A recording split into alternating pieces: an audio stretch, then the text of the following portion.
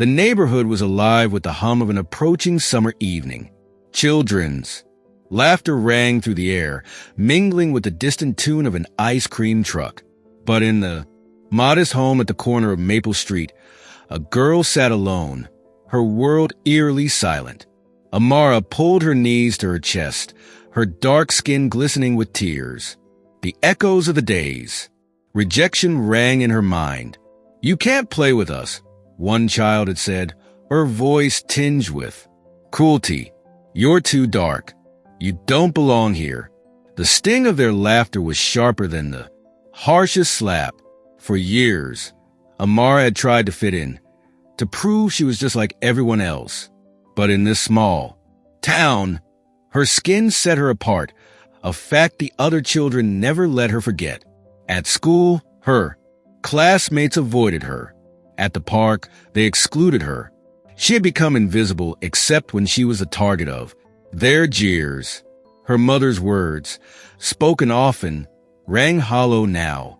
"Amara, your worth isn't defined by others. Your beauty shines from within."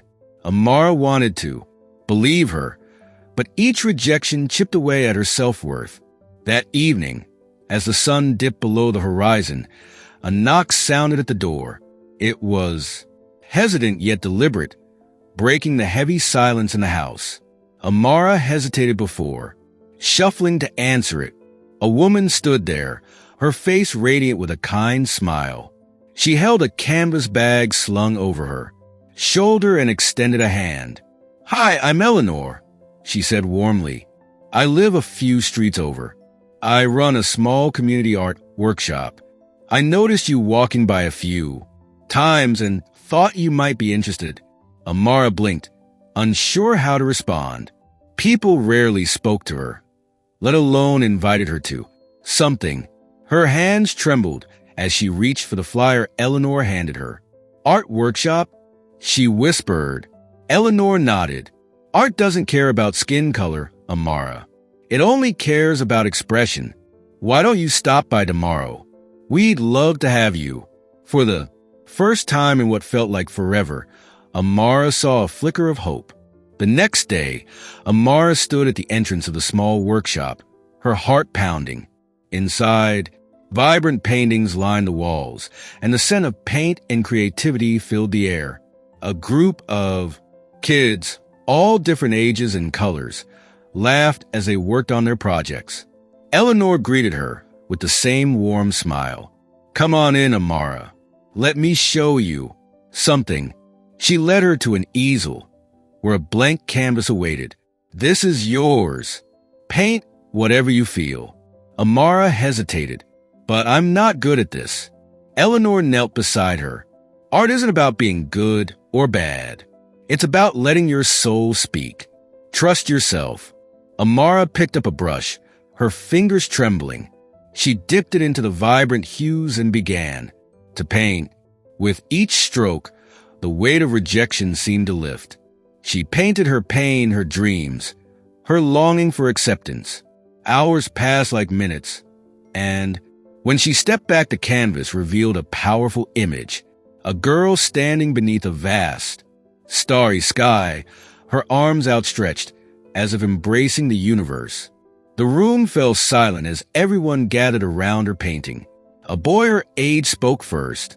"That's an amazing," others murmured in agreement, their faces filled with awe. For the first time, Amara felt seen, not for her skin, but for her talent, her heart, her soul. Over the weeks, Amara became a regular at the workshop. The once shy girl blossomed into a confident artist, her work speaking volumes about resilience and beauty. Eleanor submitted one of her paintings to a citywide competition and to Amara's astonishment, it won first prize. The awards ceremony was packed. Amara stood on stage, her heart pounding as she accepted the trophy. "This isn't just for me," she said into the microphone, her voice steady. "It's for anyone who's ever felt invisible. You are enough. Your light matters." As she looked out into the crowd, she saw her former classmates sitting in the audience, their faces filled with regret and admiration. They approached her afterward, apologizing for their past behavior. Though their words couldn't erase the pain, Amara forgave them, knowing that forgiveness was a gift she gave herself. Years later, Amara would become a renowned artist. Her work celebrated globally for its powerful messages of unity and hope. But she never forgot that one knock on the door, a simple act of kindness that changed everything. Sometimes it takes just one person to remind us of our worth, to show us the beauty we've had all along. Eleanor had seen the light in Amara when she couldn't see it herself. And now Amara made it her mission to pass that light on to others, because kindness like art has the power to heal the deepest wounds and transform lives.